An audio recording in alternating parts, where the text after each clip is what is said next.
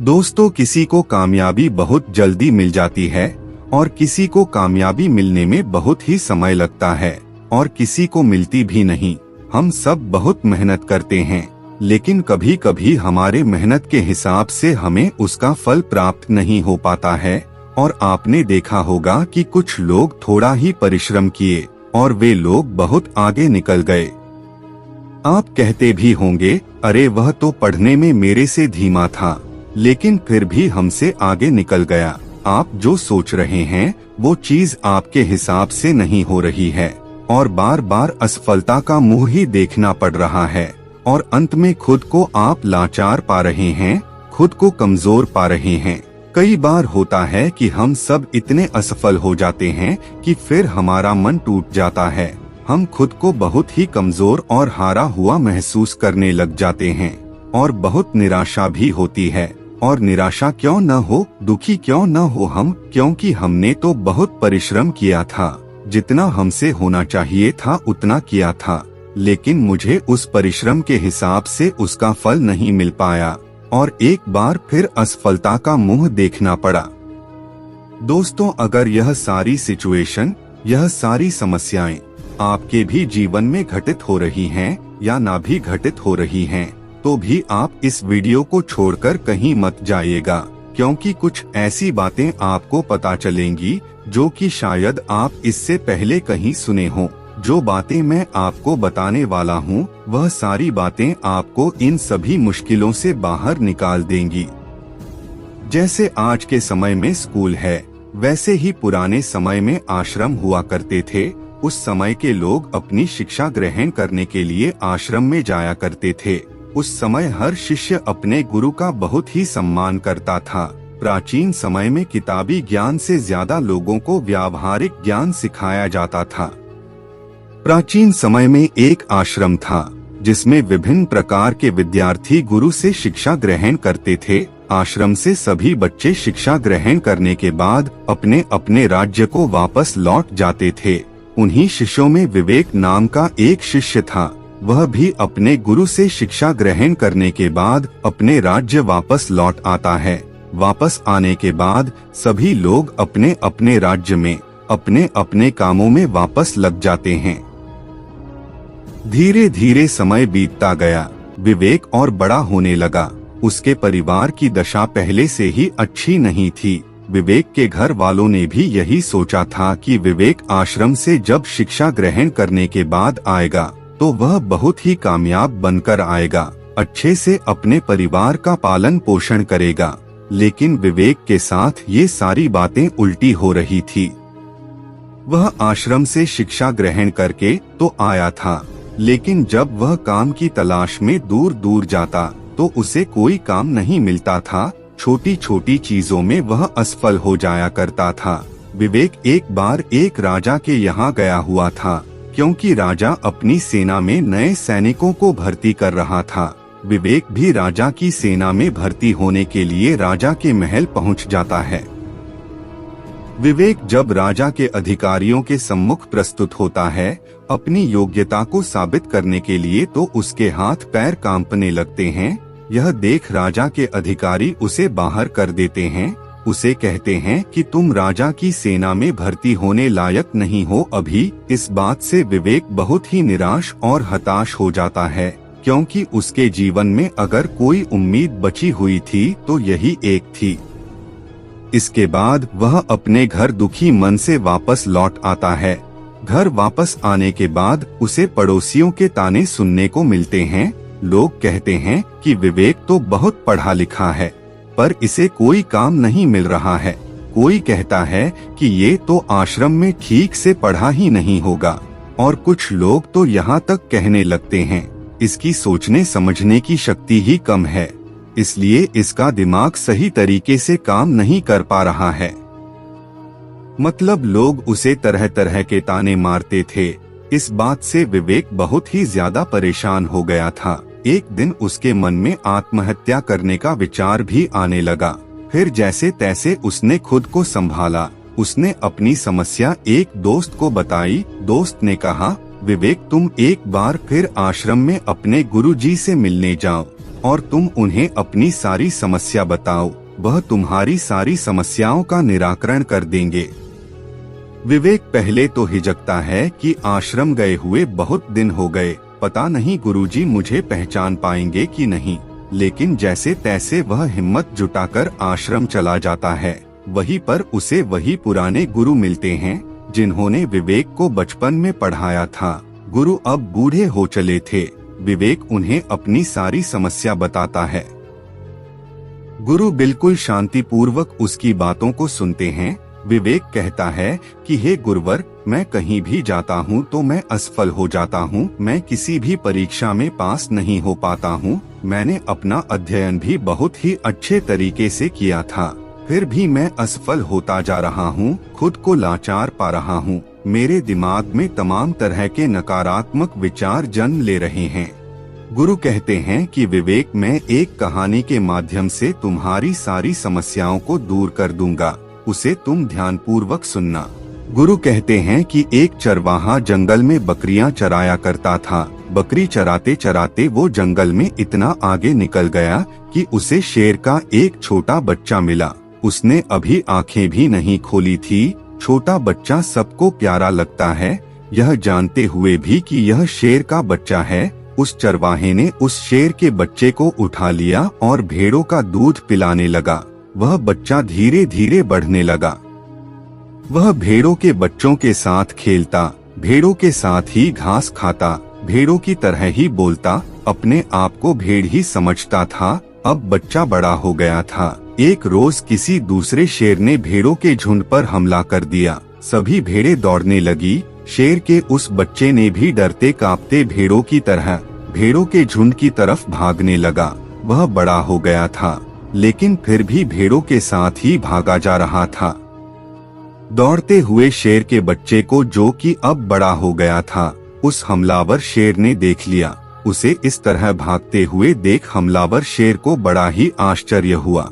उसने भेड़ों की ओर से अपना ध्यान हटाया और उस शेर के बच्चे को ही पकड़ लिया और उसे समझाने लगा कि तू क्यों डरता है, तू तो खुद शेर है। दूसरा शेर जो भेड़ों के झुंड में भाग रहा था, वह कहता है कि शेर तो जंगल का राजा होता है, उसकी दहाड़ से सभी जानवर कांपते हैं। मैं घास खाने वाला इतना शक्तिशाली शेर नहीं हो सकता।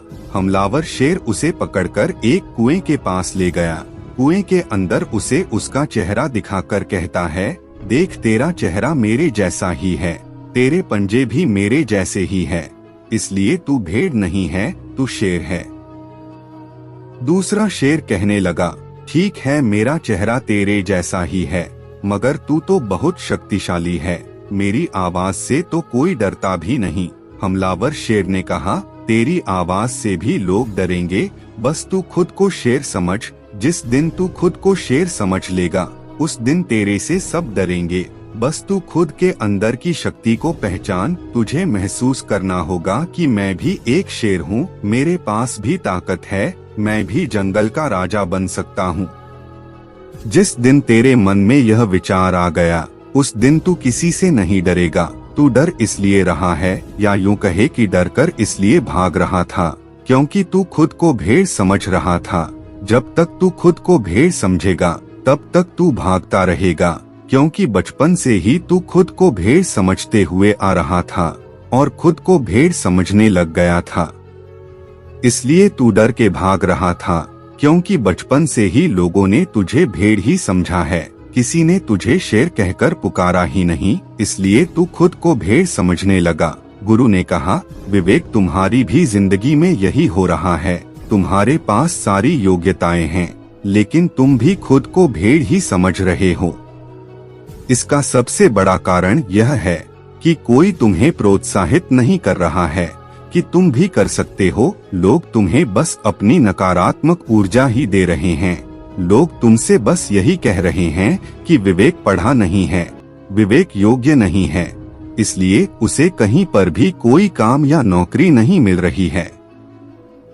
तुम्हारे चाहने वाले, आस पड़ोस वाले असफलता का डर तुम्हारे दिमाग में भर दिए हैं। बचपन से ही वे लोग तुम्हें अयोग्य ही बोल रहे हैं और अयोग्य ही समझ रहे हैं, इससे तुम्हारी मानसिक दशा अयोग्य सी हो गई है, तुम कैद हो गए हो, तुम खुद को हारा हुआ महसूस करने लगे हो, क्योंकि लंबे समय तक जब किसी को अयोग्य असफल बोला जाएगा तो उसका दिमाग सच में अयोग्य असफल हो जाता है। वह खुद को कमजोर और लाचार समझने लगता है, क्योंकि लोगों ने उसे कमजोर लाचार ही बोला है। इस दुनिया में प्रोत्साहित करने वाले लोग बहुत ही कम हैं। विवेक, चारों तरफ लोग तुम्हें बस नकारात्मक ऊर्जाएं ही देंगे। वह तो चाहते हैं कि तुम जिंदगी में सफल ना हो, तुम भेड़ ही बने रहो, क्योंकि वे लोग तुम्हें भेड़ की ही तरह पालना चाहते हैं। उन्हें भी डर है कि अगर तुम शेर बन गए तो तुम उन्हें खा जाओगे, क्योंकि शेर से सब डरते हैं। अर्थात उन्हें डर है कि तुम जिंदगी में आगे निकल जाओगे। अगर जिंदगी में कोई व्यक्ति आगे निकलता है तो सबसे पहले आस पड़ोसियों को ही दुख तकलीफ होती है। सफल होने से पहले तुम खुद अपने अंदर बदलाव लाओ, खुद को शेर की तरह समझने का प्रयास करो। जिस दिन तुम खुद को शेर और योग्य समझने लगे, तुम्हें खुद पर भरोसा हो जाएगा, तो तुम खुद ही सफल हो जाओगे। गुरु कहते हैं कि विवेक, अगर किसी बच्चे को बचपन से ही बोला जाएगा कि तू कुछ नहीं कर सकता, तू असफल हो जाएगा, तू गधा है, पढ़ाई भी सही से नहीं कर रहा है, तो जिंदगी में वह कुछ नहीं कर पाएगा, ये सभी बातें उसे भेड़ बना देंगी, क्योंकि वो बचपन से ही खुद को भेड़ समझने लग जाता है। यहाँ भेड़ से तात्पर्य यह है कि वह खुद को कमजोर और लाचार समझने लग जाता है। उसे लगता है कि वह जिंदगी में सफल ही नहीं हो सकता। लोग उसे खुद कमजोर बना देते हैं, लेकिन अगर उसके दिमाग में बचपन से ही बोला जाए कि तू शेर है, तू कर सकता है, तेरे अंदर बहुत ताकत है, तेरे अंदर बहुत हिम्मत है, दुनिया की कोई भी ताकत तुझे सफल होने से नहीं रोक सकती। अगर बचपन से यह सब विचार उसके दिमाग में डाल दिए जाएं, तो वास्तव में उसे सफल होने से कोई नहीं रोक सकता, क्योंकि उसके दिमाग में बस गया है कि वह सफल हो जाएगा। उसके दिमाग में यह सभी बातें बैठ जाती हैं, तो फिर यह ब्रह्मांड खुद उसे सफल बनाता है। बच्चा जब 7 साल का होता है तो लोग जो भी बोलते हैं, उसके इर्द गिर्द क्या चल रहा है, वह यह सब बातें बहुत ही अच्छे से सुनता है और समझता भी है। गुरु कहते हैं कि अगर उस 7 साल के बच्चे के अंदर अच्छे विचार, अच्छी सोच और उसके बारे में अच्छा बोला जाए, उससे अच्छा कहा जाए कि तू सब कुछ कर सकता है, तेरे में बहुत हिम्मत है, और सभी सकारात्मक विचार उसके दिमाग में डाल दिए जाएं, तो उसके दिमाग की क्षमता बढ़ने लगती है, उसकी सोचने समझने की शक्ति बढ़ने लगती है, और ऐसे बच्चे आगे चलकर अपने जीवन में जरूर सफल होते हैं। कोई भी बच्चा कितना भी गधा क्यों ना हो, हमें उसे कभी भी गधा या कमजोर नहीं बोलना चाहिए। जब हम किसी बच्चे को कमजोर या लाचार बोलते हैं, तो वह सच में खुद को कमजोर और लाचार समझने लग जाता है। वो समझने लगता है कि वह सच में कमजोर है, उसका दिमाग खुद को कमजोर समझने लगता है। उसे लगता है कि वास्तव में वह कुछ नहीं कर सकता, क्योंकि बचपन से उसे बोला जा रहा है कि तू यह है, तू वह है, तू यह नहीं कर सकता, तू वह नहीं कर सकता। तो यह तमाम विचार उसके दिमाग में बैठ जाते हैं, तो इस विचार से वह जिंदगी में कुछ आगे सोच नहीं पाएगा, वह भेड़ ही बन जाएगा। लेकिन वहीं पर अगर उसके दिमाग में बचपन से ही अच्छे विचार डाले जाएं, अच्छी सोच पैदा की जाए, तो आगे चलकर वह एक सकारात्मक ऊर्जा के साथ आगे बढ़ेगा। जब कोई व्यक्ति सकारात्मक ऊर्जा के साथ आगे बढ़ता है, तो उसके जीवन में आने वाली सारी बाधाएं खुद ब खुद दूर हो जाती हैं। विवेक, बचपन से तुम्हारे साथ भी यही हो रहा है। बचपन से लोग तुम्हारे दिमाग में यही सब नकारात्मक विचार भर दिए हैं, जिससे कि बड़े होकर भी तुम यही सब सोच रहे हो। तुम बिना डरे हुए खुद को सकारात्मक ऊर्जा से पहले भरो। जब तुम खुद को सकारात्मक ऊर्जाओं से भर दोगे, तो फिर तुम अपने आप सफल हो जाओगे। सफलता के द्वार तुम्हारे लिए खुलने लगेंगे।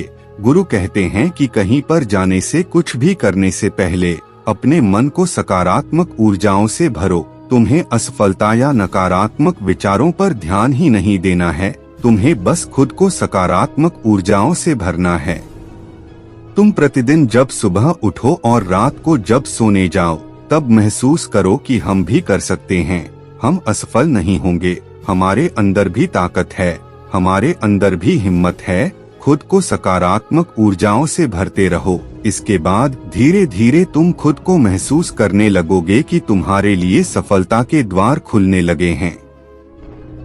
गुरु आगे कहते हैं कि विवेक, तुम यह काम आज से ही शुरू कर दो। अगर तुम यह काम आज से शुरू कर देते हो तो तुम्हें बहुत ही जल्द इसका प्रभाव देखने को मिलेगा। इतना कहकर गुरु शांत हो गए। विवेक अपने गुरु को दंडवत प्रणाम करते हुए एक सकारात्मक ऊर्जा के साथ आश्रम से वापस अपने घर आ जाता है। 2 महीने के अभ्यास के साथ सबसे पहले वह अपने अंदर के डर को समाप्त करता है, खुद को सकारात्मक ऊर्जाओं से भरता है। ऐसे ही एक दिन राजा के सैनिक उसके गांव आते हैं और बोलते हैं कि राजा की सेना में कुछ नए सैनिकों की जरूरत है। इसके लिए जो राजा की सेना में भर्ती होना चाहता है, सैनिक बनना चाहता है, वह ठीक 5 दिन बाद राजा की सेना में भर्ती होने के लिए वहां आकर अपनी योग्यता का प्रमाण देकर सेना में भर्ती हो सकता है। ठीक 5 दिन बाद कड़ी मेहनत के बाद विवेक अपनी योग्यता का प्रमाण देने के लिए राजा के राजमहल पहुंच जाता है। राजा के सैनिक इस बार उसे देखते हैं कि उसमें एक अलग प्रतिभा, सकारात्मक ऊर्जा दिख रही थी। वह पहले से डर नहीं रहा था। इस बार विवेक अपनी सभी परीक्षा में पास हो जाता है। राजा की सेना में वह भर्ती भी हो जाता है। जब विवेक के घर वालों को यह बात पता चली तो वे सब बहुत ही खुश हो गए। दोस्तों, गुरु के माध्यम से आज हमें ऐसी बातें पता चली जो कि हमारे लिए किसी वरदान से कम नहीं है। अगर वीडियो पसंद आए तो वीडियो को लाइक करें और चैनल को सब्सक्राइब करें।